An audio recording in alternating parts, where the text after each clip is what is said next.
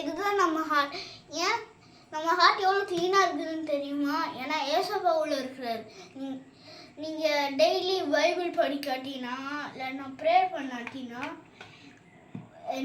நீங்கள் கெட்டதை யோசிப்பீங்க, கெட்டதை நடப்பீங்க, கெட்டதை பேசுவீங்க, கெட்டதை பார்ப்பீங்க, கெட்டதை கேட்பீங்க,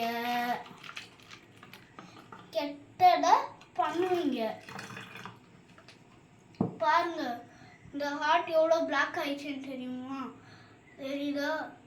நீங்கள் ஏசப்பாவை கூப்பிட்டீங்கன்னா ஏசப்பா வந்து உங்கள் ஹார்ட்டை க்ளீன் பண்ணி கொடுத்துருவாரு.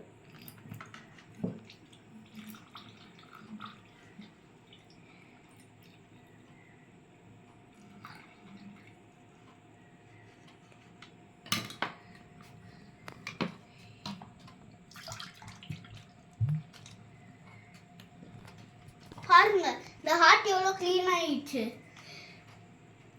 நீங்கள் வந்து ஏசப்பா உங்கள் ஹார்ட்குள்ளே விடுவீங்களா? உங்கள் ஹார்ட் எப்படி